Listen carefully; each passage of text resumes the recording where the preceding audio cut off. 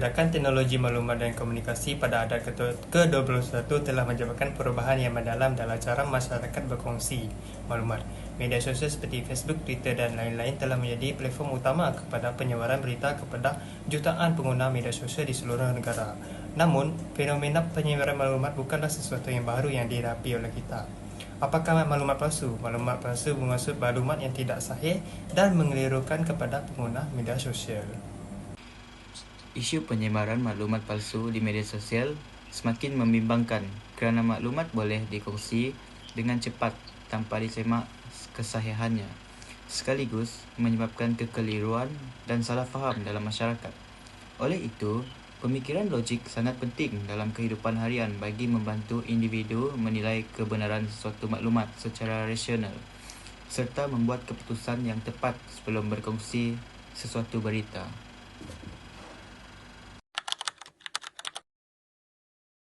Jurnal yang pertama ialah fenomena penularan berita palsu di Malaysia dalam konteks perkembangan teknologi maklumat dan komunikasi. Ia menerangkan bagaimana kemudahan internet dan media sosial telah mempercepatkan penyebaran maklumat dalam kalangan masyarakat termasuk maklumat yang tidak sahih atau mengelirukan. Selain itu, jurnal ini turut memfokuskan kepada latar belakang isu berita palsu iaitu peningkatan penggunaan internet, kebebasan bersuara dalam talian serta peranan pengguna media sosial dalam menyebarkan maklumat tanpa semakan. Artikel ini juga menjelaskan bahawa penyebaran berita palsu berlaku melalui pelbagai platform seperti media sosial dalaman dalam talian lain, menjadikannya sukar dikawal. Secara keseluruhan, artikel ini adalah satu kajian yang bertujuan memahami dan menggambarkan isu berita palsu sebagai satu cabaran sosial dalam masyarakat Malaysia, khususnya dalam era digital yang semakin berkembang. Untuk artikel kedua, kajian ini menunjukkan bahawa penyebaran berita palsu meningkat semasa PKP kerana masyarakat terlalu bergantung dan mudah percaya kepada media sosial. Ramai pengguna tidak menyemak maklumat dan mudah dipengaruhi oleh emosi seperti emosi takut dan risau. Kesannya, berlaku panik dan kekeliruan dalam masyarakat. Dari sudut falsafah pula, aliran rasionalisme menekankan penggunaan akal dalam menilai maklumat, manakala empirisme menekankan bukti dan sumber yang sah. Oleh itu, pemikiran logik sangat penting supaya kita dapat menilai maklumat secara rasional sebelum mempercayai atau menyebarkannya. Untuk jurnal ketiga iaitu Infodemik COVID-19 di Malaysia, satu renungan ke arah penambaikan kerangka kawal selia maklumat salah dan berita palsu.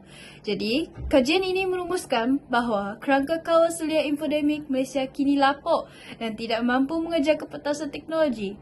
Jadi, melalui analisis kualitatif ini mengusulkan peralihan ke arah Malaysia 5.0 dengan mengintegrasikan teknologi AI dan pengawasan Malaysia. Sinergi ini bersama penubuhan majlis media adalah kunci utama untuk menangani maklumat salah secara lebih berkesan dan demokratik. Itu dari metodologi yang telah kami kaji dalam jurnal yang ketiga. Dari jurnal yang pertama yang bertajuk Penularan Berita Palsu di Malaysia, metodologi kualitatif telah digunakan iaitu menganalisis 10 jurnal artikel akhbar. Dari jurnal tersebut, antara punca mengapa penularan berita palsu di Malaysia ini berlaku adalah kerana kepentingan peribadi, literasi media yang rendah dalam kalangan masyarakat, tiada kesedaran moral dan sikap masyarakat yang mudah terpengaruh dengan berita menarik atau sensasi. Sikap-sikap ini akan mengugatkan pepadan kaum, menjejaskan ketenteraman dan keselamatan negara dan mencetus suasana panik dalam kalangan masyarakat. Oleh itu, antara kaedah yang boleh digunakan untuk mengatasi masalah ini adalah dengan meningkatkan kesedaran sivik, literasi media dan agama dalam kalangan masyarakat agar masyarakat lebih bijak dalam menilai maklumat. Selain itu, masyarakat hendaklah digesa dengan mengamalkan sikap tabayun, iaitu menyemak kesahihan sebelum berkongsi sebarang maklumat. Tajuk jurnal yang kedua ialah Fenomena Berita Palsu dalam Media Sosial sepanjang musim Perintah Kawalan Pergerakan di Malaysia yang ditulis oleh Ahmad Fahmi Mahmud, Abdul Rahman, Abdul Jalil Ramli dan Tengku Kashrifuddin Shah Tengku Yaakob. Kajian ini menggunakan kaedah metodologi kuantitatif melalui edaran borang soal selidik dan mendapat 382 orang responden berfokus di daerah Alor Gajah Melaka. Jumlah keseluruhan responden adalah 72.3% daripada responden wanita dan 27.7% responden lelaki. Antara dapatan kajian jurnal ini mendapati bahawa jenis berita palsu yang merekodkan catatan yang tertinggi adalah berkaitan isu semasa, iaitu berkaitan dengan COVID-19. Peratusan tahap keraguan melalui soal selidik ini merekodkan 46.8% responden setuju dan 20.2% sangat setuju bahawa mereka meragui berita yang ditularkan.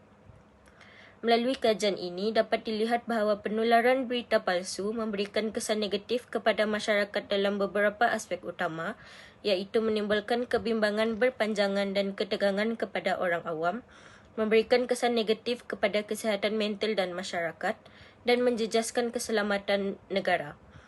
Kaitan isu melalui kajian ini boleh dikaitkan dengan aliran pemikiran falsafah dan isu semasa dalam dua aspek, iaitu yang pertama, daripada aspek epistemologi yang berkaitan dengan kajian asal-usul, sifat dan kesahihan ilmu pengetahuan.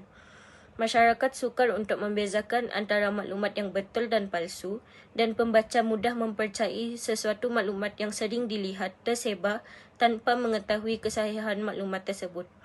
Ini juga berkaitan dengan empirisme yang menekankan bahawa sesuatu pengetahuan harus mempunyai bukti yang nyata dan kukuh.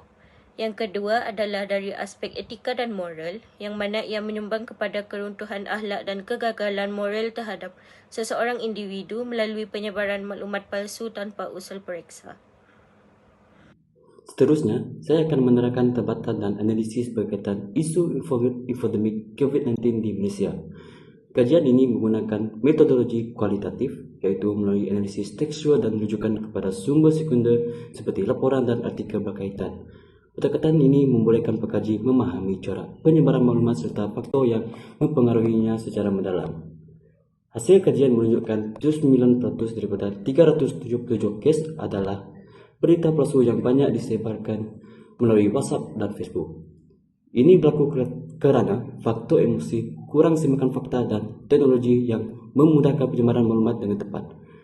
Dalam konteks ini, pemikiran logik memainkan peranan yang sangat penting. Individu perlu menilai kesahihan maklumat sebelum mempercayai atau menyebarkannya.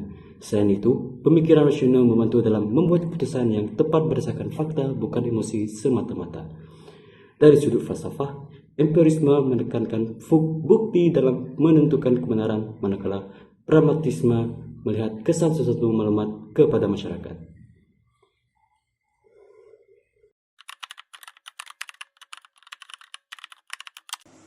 Kesimpulannya, penyebaran berita palsu berpunca daripada literasi media yang rendah serta sikap pengguna yang tidak menyemak kesahihan maklumat sekaligus memberi kesan negatif seperti panik, tekanan mental dan ancaman terhadap keselamatan negara.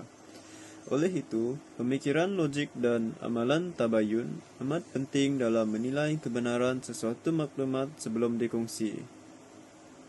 Pendekatan ini juga selari dengan falsafah empirisme yang menekankan bukti melalui pemerhatian ataupun pengalaman, serta pragmatisme yang menilaikan kebenaran sesuatu maklumat berdasarkan kesannya dalam kehidupan sebenar.